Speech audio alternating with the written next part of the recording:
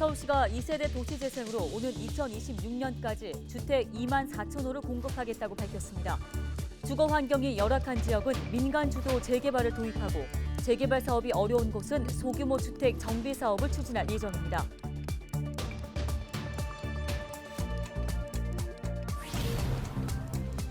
서울 지역 코로나19 신규 확진자 수가 이틀 연속 200명대를 기록했습니다. 코로나19 1차 예방접종률은 17일 0시 기준 26.6%로 나타났습니다.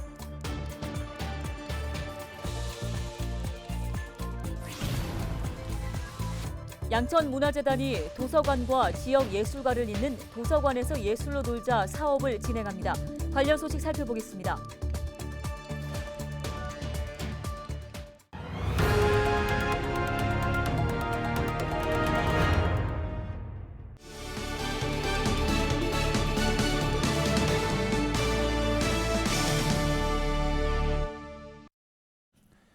시청자 여러분 안녕하십니까? 헬로티비 뉴스입니다. 첫 소식입니다.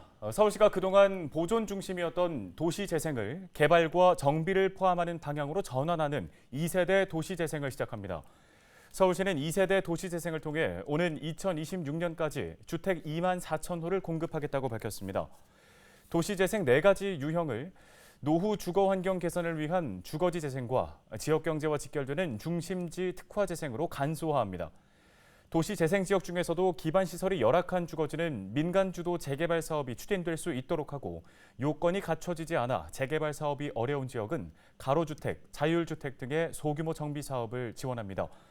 또 기존 재생지원센터 기능은 주택정비 지원으로 전환하고 주민들이 요청할 경우 건축사, 세무사 등으로 구성된 주택정비 지원단을 파견하기로 했습니다. 네, 다음은 코로나19 발생 현황입니다. 16일 하루 동안 서울에서는 201명이 코로나19 추가 확진 판정을 받았습니다. 자치구별로는 은평 2명, 양천 4명입니다. 감염 경로별로 살펴보면 집단 감염이 13명, 기존 확진자 접촉 사례가 110명 등입니다.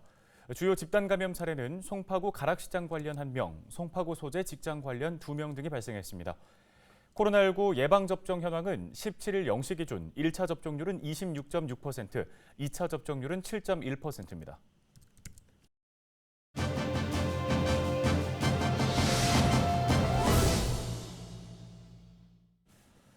네, 보통 봄이나 가을에 부각되던 전세난이 최근 계속해서 이어지고 있습니다. 특히 양천구의 목동 재건축 단지에는 입주를 원하는 집주인들이 늘면서 세입자들이 내쫓기는 상황이 연출되고 있다고 하는데요. 네, 닥터 아파트의 하정민 전문위원과 함께 자세한 이야기 나눠보겠습니다. 위원님 안녕하십니까? 네, 안녕하세요. 예, 목동 재건축 단지 아파트를 중심으로 이제 2년 동안 실거주를 해야 하는 요건을 채우기 위해서 입주하는 집주인들이 늘고 있다고 들었습니다. 세입자들의 걱정과 우려가 클 것 같은데요. 현재 상황이 정확히 어떻습니까? 근데 지금 재건축 이제 속도감이나 기대감이 좀 높아지면서 안 그래도 이제 집주인들이 이제 2년 실거주 요건을 채워야지 이제 분양권을 받을 수 있기 때문에 지금 이제 임차인들이 조금 내몰리는 좀 그런 상황이 좀 많이 나타나고 있다라고 말씀을 드릴 수가 있겠고요.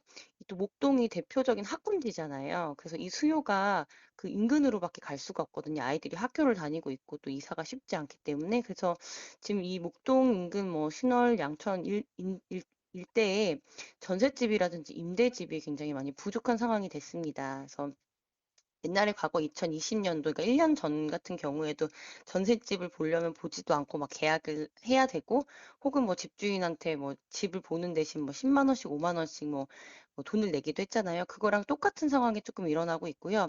이 아파트로 또 갈 수가 없다 보니까 이 인근에 있는 이제 빌라라든지 이런 데로 매수세가 조금 옮겨 붙고 있다. 이런 상황이기 때문에 지금 매물이 굉장히 부족하고 전세나 임대 매물이 거의 절벽 수준이다라고 말씀드릴 수가 있겠습니다.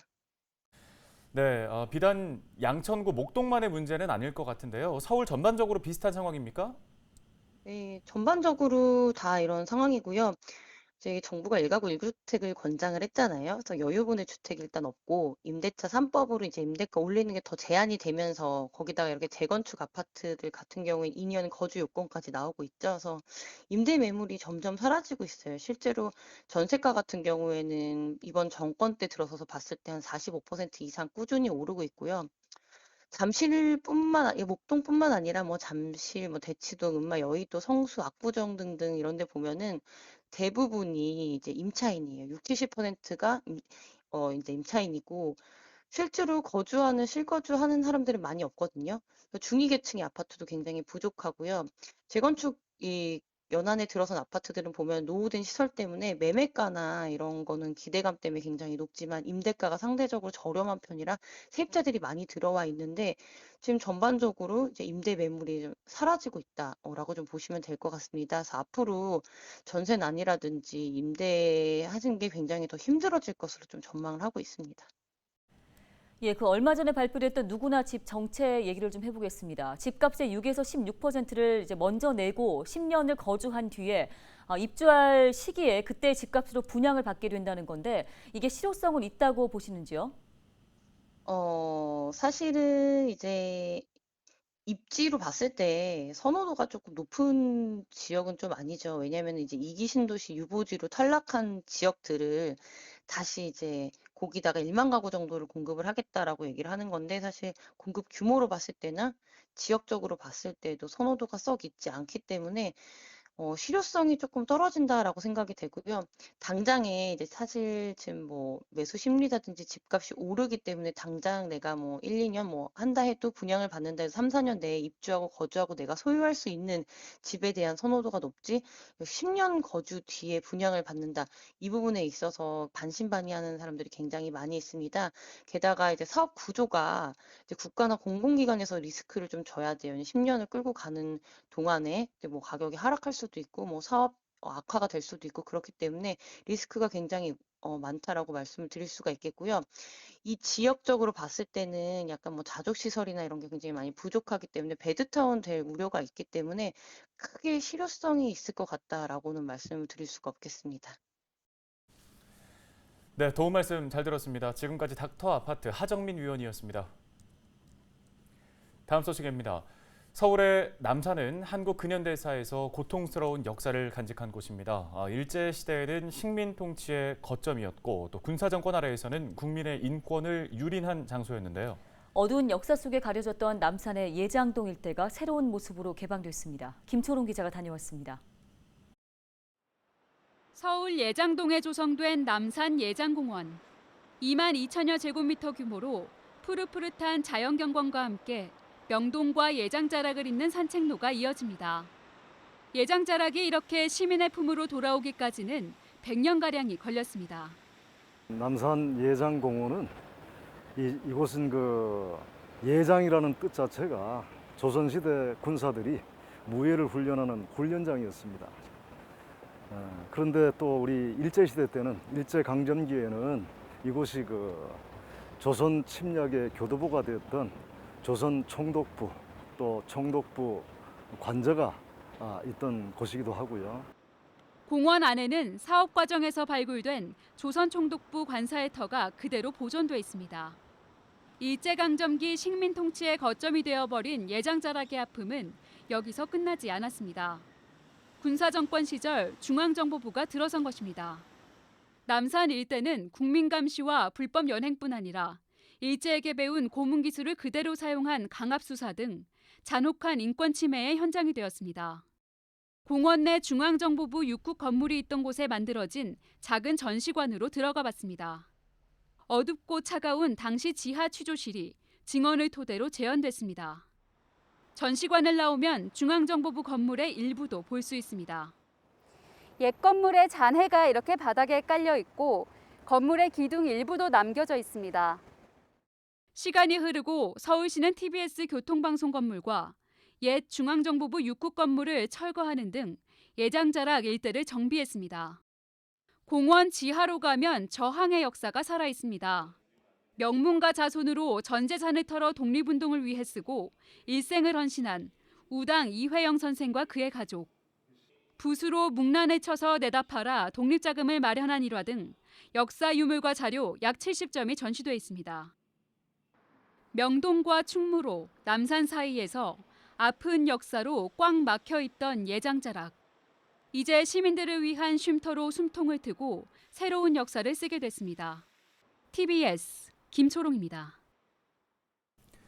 다음 소식입니다.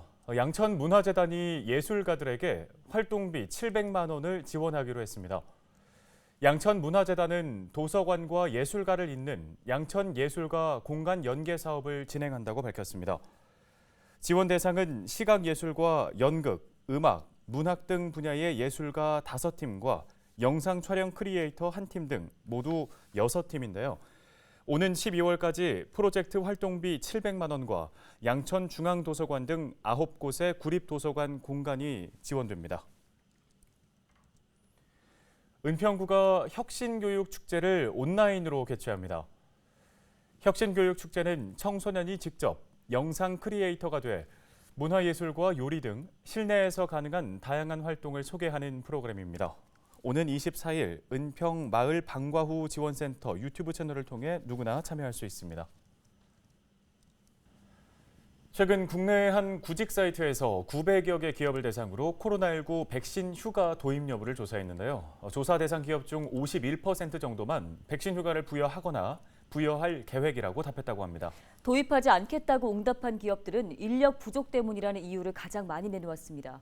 일손이 부족한 중소규모 사업장에선 백신 휴가는 다른 나라 얘기라는 말까지 나오고 있는데요.